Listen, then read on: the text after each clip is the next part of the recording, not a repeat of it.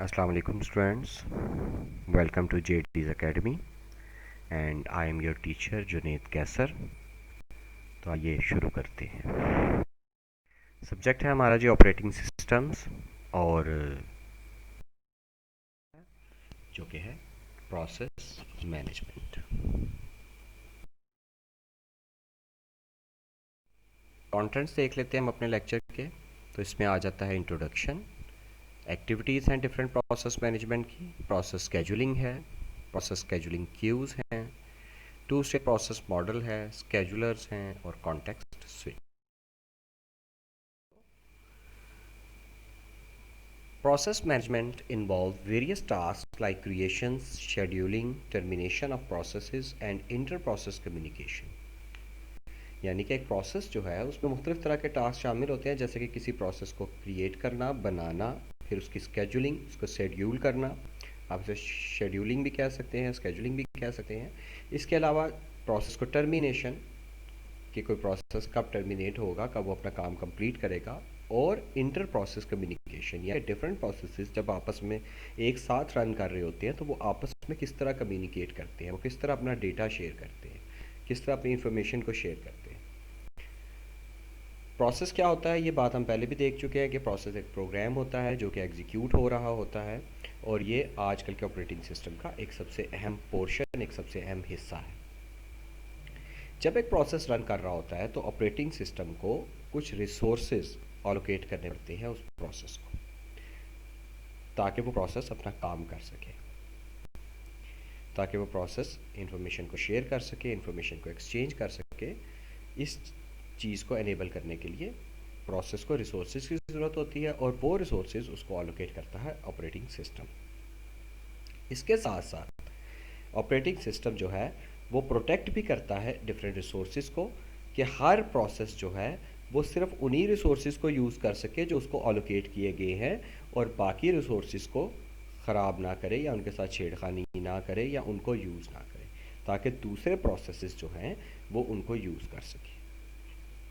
और कुछ ऐसे रिसोर्सेज भी होते हैं जो डिफरेंट प्रोसेसेस के दरमियान शेयर हो रहे होते हैं, जैसा कि आपकी हार्ड ड्राइव है, वो एक इनपुट रिसोर्स है जो कि डिफरेंट प्रोसेसेस शेयर कर सकते हैं।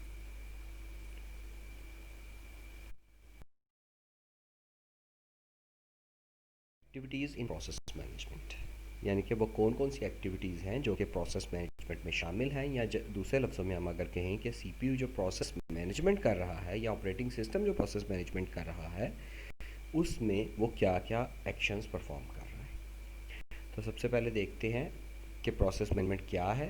The operating system is responsible for the following activities in connection with the process management. Process management के लिहाज से ऑपरेटिंग सिस्टम कौन कौन सी एक्टिविटीज़ परफॉर्म कर रहा होता है।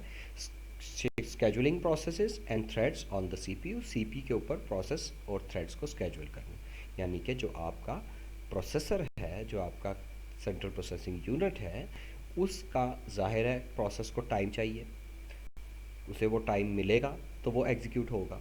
तो एक स्केजुअल बनाना कि प्रोसेसेस में से कौन से प्रोसेस को कब सीपीयू का टाइम अलॉट किया जाएगा।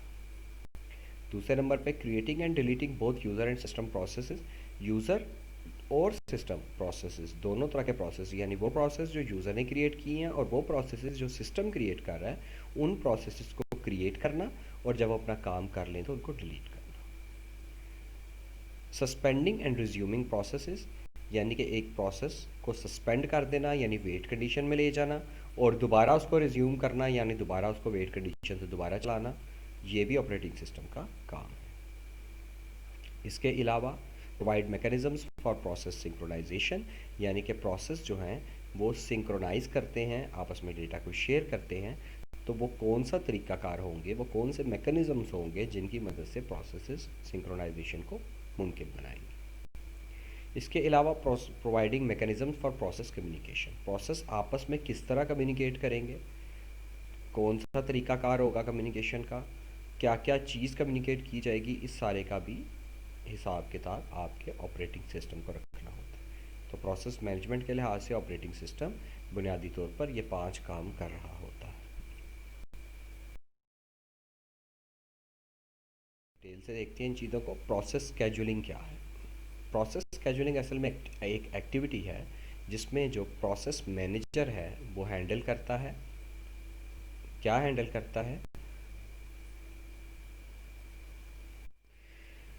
तो वो हैंडल कर रहा होता है। इसमें होता ये है कि जो आपका जो प्रोसेस स्केजुलिंग जब की जाती है तो प्रोसेस मैनेजर अपना काम करता है। और प्रोसेस मैनेजर क्या करता है, प्रोसेस मैनेजर हैंडल करता है तमाम प्रोसेसेस को। वो देखता है कि कौन सा प्रोसेस सीपीयू में रन कर रहा है, और वो प्रोसेस जब अपना काम कंप्लीट कर लेता है तो उसको रिमूव किया जाता है सीपीयू से, और नए प्रोसेस को वो सीपीयू टाइम अलॉट कर दिया जाता है। तो ये सारी चीज़ को कंट्रोल कर रहा होता है प्रोसेस मैनेजर। इसके अलावा प्रोसेस शेड्यूलिंग जो है वो एक एसेंशियल पार्ट है मल्टी प्रोग्रामिंग ऑपरेटिंग सिस्टम्स का, क्योंकि जब आपके मल्टीपल प्रोग्राम्स एक साथ रन कर रहे होंगे तो प्रोसेस को शेड्यूल करना या उसकी शेड्यूलिंग करना बहुत ज़रूरी है। जब एक ऑपरेटिंग सिस्टम एफिशिएंटली प्रोसेस को शेड्यूलिंग कर रहा होगा तो ज़्यादा प्रोसेसेस जो हैं वो एक साथ एग्जीक्यूट हो सकेंगे मेमोरी के अंदर, और एक साथ ही सीपीयू का टाइम भी शेयर कर रहे होंगे। तो इस तरह ज़्यादा प्रोसेसेस को हम कम टाइम के अंदर रन कर सकते हैं। यानी जितनी ज़्यादा बेहतर, जितनी ज़्यादा एफिशिएंट प्रोसेस शेड्यूलिंग होगी उतनी ही ज़्यादा बेहतर तरीके से प्रोसेसेस को रन किया जा सकता है। क्यूज़ आपको पता है कितारों को कहते हैं। तो प्रोसेस शेड्यूलिंग क्यूज़ से मुराद कुछ ख़ास किस्म की कितारें हैं जिनके अंदर डिफरेंट प्रोसेसेस को रखा जाता है। ऑपरेटिंग सिस्टम मेंटेन करता है तमाम प्रोसेस कंट्रोल ब्लॉक्स को प्रोसेस शेड्यूलिंग क्यूज़ के अंदर। ऑपरेटिंग सिस्टम ही मेंटेन कर रहा होता है डिफरेंट सेपरेट क्यूज़ को, और वो डिफरेंट क्यूज़ जो होती हैं वो प्रोसेस की डिफरेंट स्टेट्स के लिहाज से हो सकती है। मतलब कि वेटिंग वाले प्रोसेस एक क्यू में हैं, रनिंग वाले प्रोसेस एक क्यू में हैं, रेडी प्रोसेस एक क्यू में हैं। ठीक है, तो इस तरीके से वो जो है उनको सेव कर रहा होता है, और उसकी उस कंडीशन को, उसकी उस स्टेट को भी वो सेव कर रहा होता है पीसीबी के अंदर। और जैसे एक प्रोसेस किसी न्यू स्टेट क्यू में मूव करता है पीसीबी के अंदर उसको अपडेट कर दिया जाता है। करता है कुछ इंपॉर्टेंट प्रोसेस शेड्यूलिंग क्यूज़ को, और वो क्यूज़ कौन कौन सी हैं उसमें सबसे पहले नंबर पे तो जॉब क्यू आ जाती है। जॉब क्यू जो है उसके अंदर तमाम प्रोसेसेस रखे जाते हैं सिस्टम के, यानी सिस्टम के जितने भी प्रोसेसेस हैं वो जॉब क्यू का हिस्सा होते हैं। उसके बाद आ जाती है रेडी क्यू। वो प्रोसेसेस जो कि मेन मेमोरी में पड़े हुए हैं और रेडी हैं, एग्जीक्यूशन के लिए इंतज़ार कर रहे हैं, उन प्रोसेस को हम रखते हैं रेडी क्यू के अंदर। जब भी एक नया प्रोसेस आता है तो सबसे पहले उसको रेडी क्यू में ही रखा जाता है। इसके बाद आते हैं डिवाइस क्यूज़, या इनपुट आउटपुट क्यू भी इनको कहा जाता है, कि यानी वो प्रोसेसेस जो किसी वजह से इनपुट आउटपुट का वेट कर रही हैं या किसी डिवाइस का वेट कर रही हैं, वो प्रोसेसेस जो हैं वो रख दिए जाते हैं डिवाइस क्यूज़ में या इनपुट आउटपुट वेटिंग क्यू में। और इसके अंदर वो प्रोसेसेस वेट करते हैं अपने उस अमल के पूरे होने का, इनपुट और या आउटपुट के। और जब वो इनपुट और आउटपुट का अमल पूरा हो जाता है तो उस प्रोसेस को फिर भेज दिया जाता है रेडी क्यू के अंदर। इधर ये बात नोट करने वाली कि एक प्रोसेस जो है वो एक क्यू से दूसरे क्यू में जा सकता है डिपेंडिंग ऑन द सिचुएशन, कि वो जैसे ही उसकी स्टेट चेंज होगी उसकी क्यू भी चेंज हो जाएगी।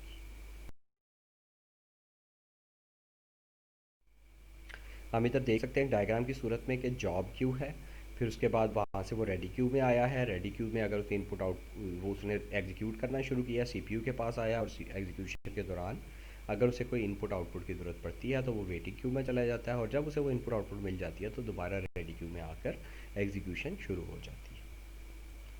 ऑपरेटिंग सिस्टम जो है वो डिफरेंट पॉलिसीज़ को यूज़ कर सकता है हर क्यू को मेंटेन करने के लिए। वो डिफरेंट पॉलिसीज़ में मुख्तलिफ बुनियादी पॉलिसीज़ में फर्स्ट इन फर्स्ट आउट है, राउंड रोबिन है, प्रायोरिटी स्केजुलिंग है। तो ये डिफरेंट तरह की पॉलिसीज़ हैं जिसको हम आगे डिटेल से भी देखेंगे कि ये कौन कौन सी पॉलिसीज़ हैं जो कि ऑपरेटिंग सिस्टम यूज़ करता है किसी प्रोसेस को मैनेज करने के लिए। ऑपरेटिंग सिस्टम स्केजुलर जो होता है वो इस चीज़ को मुमकिन बनाता है कि प्रोसेसेस रेडी क्यू से रन क्यू में और रन क्यू से वेट क्यू में किस तरह जाएंगे, कि प्रोसेस की मूवमेंट जो है डिफरेंट क्यूज़ के दरमियान वो ऑपरेटिंग सिस्टम स्केजुलर का काम है। एक प्रोसेस के लिए सिर्फ प्रोसेसर का एक कोर ही अलॉट किया जाता है, ठीक है। और एक से ज़्यादा अगर प्रोसेसर के पास कोर है तो इसका मतलब है कि एक से ज़्यादा प्रोसेसेस एक साथ रन कर सकते हैं। क्यूइंग डायग्राम को अगर हम देखें तो इसमें डिफरेंट क्यूज़ दिखाई गई हैं, और सबसे पहले देख सकते हैं आपके रेडी क्यू है। रेडी क्यू जो है, रेडी क्यू से एक प्रोसेस होता होता हुआ सीपीयू के पास आया। सीपीयू के पास आने के बाद वो अगर किसी वजह से उसे वेट करना पड़ता है तो वो इनपुट आउटपुट रिक्वेस्ट क्यू में चला जाएगा, और जब उसे इनपुट आउटपुट मिल जाएगी तो वो दोबारा से रेडी क्यू में आ जाएगा और सीपीयू उसको एग्जीक्यूट करना शुरू करेगा, और जब एग्जीक्यूट हो जाएगा तो वो टर्मिनेट हो जाएगा। इसी तरह बाज़ औक़ात ऐसा भी हो सकता है कि सीपीयू एग्जीक्यूशन के बाद टाइम स्लाइस उसका एक्सपायर हो जाए, यानी उसको एक लिए मखसूस टाइम था हर प्रोसेस को दिया जा रहा है, फ़र्ज़ कर लेंगे 5 मिली सेकेंड्स या 2 मिली सेकेंड्स पर प्रोसेस। तो अगर 10 प्रोसेस रन कर रहे हैं तो बारी बारी सबको एक एक दो दो या जो भी फिक्स्ड है मिली सेकेंड्स वो अलॉट किए जाएंगे, तो उसको कहलाएंगे, वो उसको हम कहते हैं ये उसका टाइम स्लाइस है। तो जब एक प्रोसेस का टाइम स्लाइस ख़त्म हो जाएगा तो वो ज़ाहिर है प्रोसेस को एक्सपायर को वेट क्यू में भेज दिया जाएगा, वेट करवाया जाएगा उसकी दोबारा बारी आने का, और जैसे ही उसको दोबारा बारी आएगी वो फिर से एग्जीक्यूट होना शुरू हो जाएगा। इसी तरह बाज़ औक़ात ऐसे प्रोसेसेस भी होते हैं जिनके आगे से सब प्रोसेसेस होते हैं, और उन सब प्रोसेसेस का रन करना ज़रूरी होता है मेन प्रोसेस के रन करने से पहले, यानी कि मेन प्रोसेस तब अपना काम कंप्लीट कर सकता है जब उसके सब प्रोसेस अपना काम कंप्लीट करते हैं। तो उस सूरत में होता क्या है कि चाइल्ड प्रोसेस के एग्जीक्यूट होने का वेट किया जाता है, और जब चाइल्ड प्रोसेस एग्जीक्यूट हो जाता है तो फिर मेन प्रोसेस को एग्जीक्यूट किया जाता है।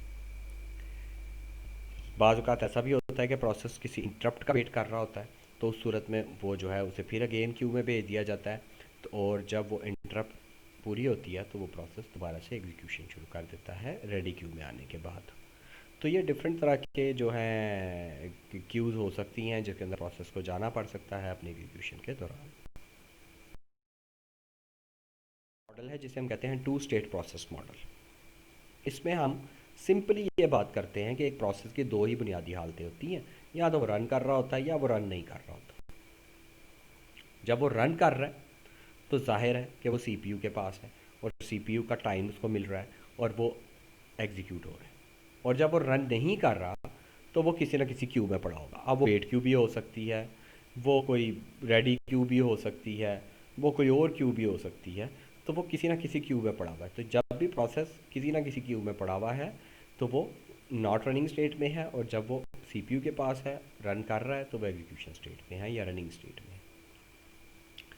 जब एक प्रोसेस को इंटरप्ट किया जाता है तो उस टॉप प्रोसेस को वेट क्यू में शिफ्ट कर दिया जाता है, और जब वो इंटरप्ट कंप्लीट हो जाती है तो उस प्रोसेस को दोबारा कॉल कर लिया जाता है रेडी क्यू में, और वहाँ से वो रन करना शुरू करता है। बाद वक़्त ऐसा भी हो सकता है कि इंटरप्ट जनरेट होने के बाद प्रोसेस को अबॉर्ट कर दिया जाए, यानी कि बंद कर दिया जाए, और वो प्रोसेस दोबारा एग्जीक्यूशन के लिए ना आए। अब डिस्पैचर का काम है कि वो सिलेक्ट करे कि कौन सा प्रोसेस जो है वो कौन सी क्यू में जाएगा और कब एग्जीक्यूट होगा।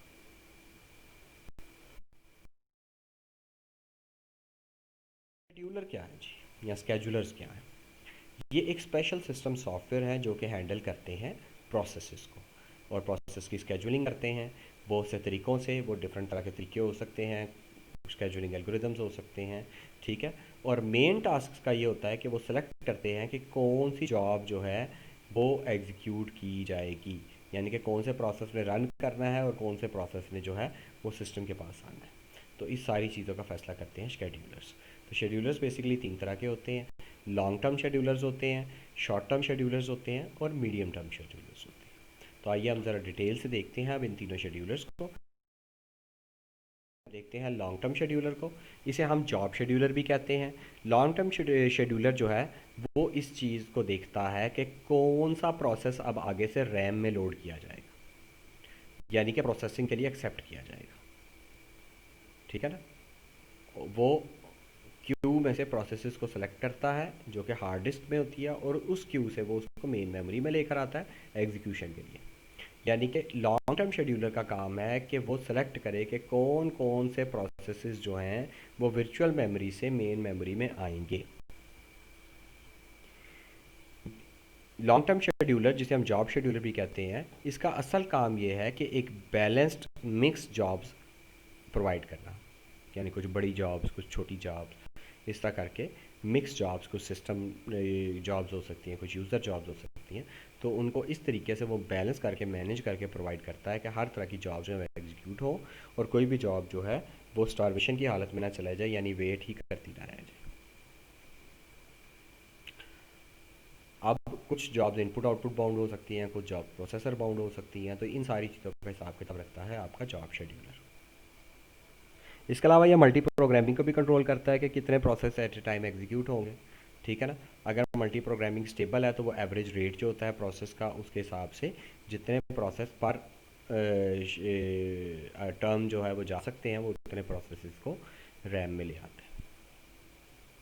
इधर एक बात नोट करने वाली है कि कुछ सिस्टम के ऊपर लॉन्ग टर्म शेड्यूलर जो है वो अवेलेबल ही नहीं होता, ठीक है। कि जो ऐसे कि टाइम शेयरिंग सिस्टम्स हैं उनमें लॉन्ग टर्म शेड्यूलर्स नहीं होते, क्योंकि उसमें टाइम शेयर हो रहा है, तो जो भी प्रोसेस आ जाएगा तो उससे क्या होगा कि उस प्रोसेस को टाइम अलॉट कर दिया जाएगा। सिर्फ ये होगा कि बाकी प्रोसेस का टाइम स्लाइस छोटा हो जाएगा, ठीक है। तो जब एक प्रोसेस अपनी हालत को चेंज करता है और वो रेडी क्यू में होता है, देन जो है वो लॉन्ग टर्म शेड्यूलर का काम आता है। तो जब एक प्रोसेस जो है वो ऐसा नहीं कर रहा तो उस सूरत में फिर लॉन्ग टर्म शेड्यूलर की ज़रूरत नहीं रह जाती। इसे सीपीयू शेड्यूलर भी कहते हैं। इसका बुनियादी काम यह है कि सीपीयू की परफॉर्मेंस को बढ़ाना, ठीक है। किस तरह बढ़ाना, कुछ सेट क्राइटेरिया होता है इसके पास, कुछ ना कोई क्राइटेरिया इसने बनाया होता है, उस क्राइटेरिया को फॉलो करते हुए ये करता क्या है, ये रेडी स्टेट से रनिंग स्टेट में किसी प्रोसेस को लेकर आता है। वो प्रोसेसेस, डिफरेंट प्रोसेसेस में उन प्रोसेस जो कि रैम में मौजूद हैं उनमें से उस प्रोसेस को सेलेक्ट करता है जिसको रेडी किया जाना है और उसको एग्जीक्यूट किया जाना है और उसको सीपीयू का टाइम अलॉट किया जाना है।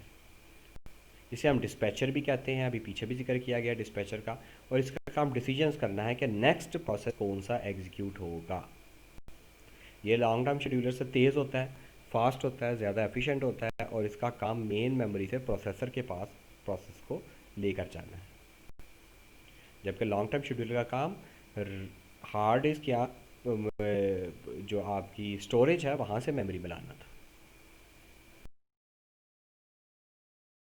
मीडियम टर्म शेड्यूलर भी आ जाता है, ठीक है ना। ये स्वैपिंग का बुनियादी हिस्सा है, ठीक है। और ये प्रोसेसेस को मेमोरी से मूव करता है, यानी कि देखता है कि कौन से प्रोसेसेस को कब मेमोरी में रखना है और कब उन्हें मेमोरी से हटा देना है। तो ये काम इसका है जो कि बड़ा इंपॉर्टेंट काम है, ठीक है। इससे मल्टी प्रोग्रामिंग की डिग्री जो है वो कम हो जाती है, ठीक है। और मीडियम टर्म शेड्यूलर जो है वो इंचार्ज होता है हैंडलिंग करने का तमाम तरह की स्वैपिंग को। स्वैपिंग का मतलब होता है कि हार्ड डिस्क से रैम से वर्चुअल मेमोरी में, वर्चुअल मेमोरी से रैम में प्रोसेस का स्विच करना, दैट इज़ कॉल्ड स्वैपिंग। एक प्रोसेस हो सकता है रन कर रहा हो और वो सस्पेंड हो जाए किसी इनपुट आउटपुट रिक्वेस्ट के लिए। अब जब वो सस्पेंड हो गया तो उसको मेन मेमोरी रखने का कोई तुक नहीं बनता, तो फिर उस सूरत में उसको स्वैप कर दिया जाता है मेन मेमोरी से और उसको हार्ड डिस्क में भेज दिया जाता है। और जब दोबारा उस प्रोसेस की ज़रूरत पड़ती है तो उसको वापस मेन मेमोरी में ले आया जाता है।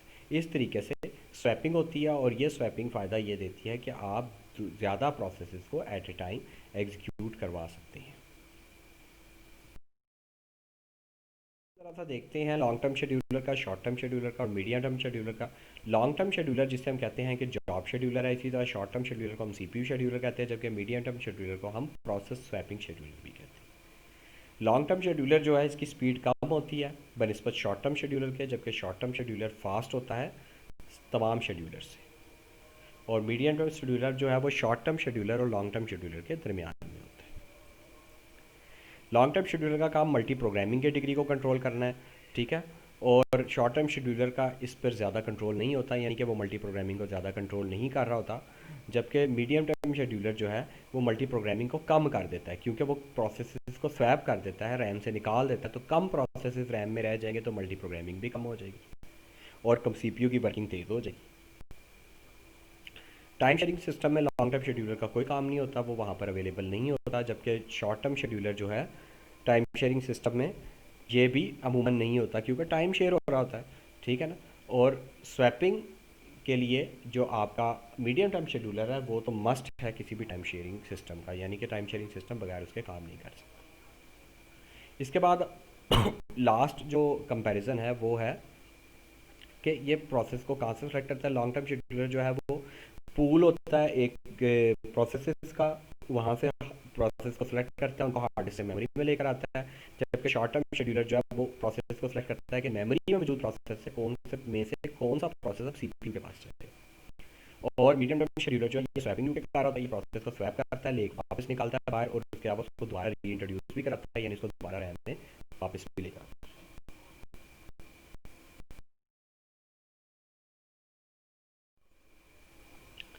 कॉन्टेक्स्ट स्विच, ये भी बड़ा एक इंपॉर्टेंट टर्म है। कॉन्टेक्स्ट स्विच किसको कहते हैं? कॉन्टेक्स्ट स्विच जो है वो एक ऐसा मैकेनिज़्म है जिसमें जब एक प्रोसेस स्विच करता है या स्वैप करता है और रैम से वापस हार्ड डिस्क में चला जाता है, तो वो उस टाइम किस कंडीशन में था, कितना रन हो चुका था, कितना बाकी था, उसकी स्टेट क्या थी, इस सब को, ये सब चीज़ें कहाँ पर सेव होती हैं, हमें पता है ये सब चीज़ें प्रोसेस कंट्रोल ब्लॉक में सेव होती हैं। तो प्रोसेस कंट्रोल ब्लॉक की वो जो हालत है, वो जो उस टाइम की सिचुएशन है, उसको सेव किया जाता है ताकि दोबारा जब एग्जीक्यूट के लिए प्रोसेस आए तो उसको वहीं से रिज्यूम किया जा सके। ठीक है। तो कॉन्टेक्स्ट स्विचिंग बेसिकली वो अमल है जिसके ज़रिए एक प्रोसेस को स्वैप किया जाता है, उसकी पीसीबी को सेव किया जाता है, और दूसरा प्रोसेस को लोड किया जाता है और उसके पीसीबी को भी लोड किया जाता है। तो पीसीबी को सेव करना और पीसीबी को लोड करना प्रोसेस के साथ साथ, ये काम है कॉन्टेक्स्ट स्विचिंग का। यानी कि स्वैपिंग में एक प्रोसेस जब सेव होता है तो उसका पीसीबी भी सेव किया जाता है, और जब एक प्रोसेस लोड होता है तो उसका पीसीबी भी लोड किया जाता है। That is called context switching. यानी कि प्रोसेस का पूरा कॉन्टेक्स्ट जो होता है, जो उसका पूरा पूरा बैकग्राउंड होता है, उसको भी साथ सेव कर दिया जाता है। और मल्टीटास्किंग ऑपरेटिंग सिस्टम में ये एक अहम फीचर है। जब एक शेड्यूलर स्विच करता है सीपीयू को एग्जीक्यूशन के लिए, तो आप देख सकते हैं कि प्रोसेस वन, इधर डायग्राम में देखें तो प्रोसेस वन एग्जीक्यूट हो रहा है, प्रोसेस वन अपनी स्टेट को सेव करता है तो प्रोसेस टू एग्जीक्यूट शुरू कर देता है, प्रोसेस टू अपनी स्टेट को सेव करता है, ठीक है, और प्रोसेस वन फिर दोबारा एग्जीक्यूट शुरू कर देता है। तो इस तरीके से एक प्रोसेस जो है वो अपनी स्टेट को सेव करता है दूसरे प्रोसेस के एग्जीक्यूशन से पहले, और दूसरा प्रोसेस अपनी स्टेट को लोड करता है एग्जीक्यूशन से पहले। दैट इज़ कॉल्ड प्रोसेस के अंदर सेव की जाती हैं। तो ये थी सारी आपकी प्रोसेस के बारे में डिटेल से इंफॉर्मेशन। होपफुली कि आपको ये चीज़ समझ आई होगी, और अगर आपको मेरा लेक्चर पसंद आया तो kindly subscribe my channel JD's academy, और अगले लेक्चर में फिर मिलते हैं। तब तक के लिए अल्लाह हाफिज़।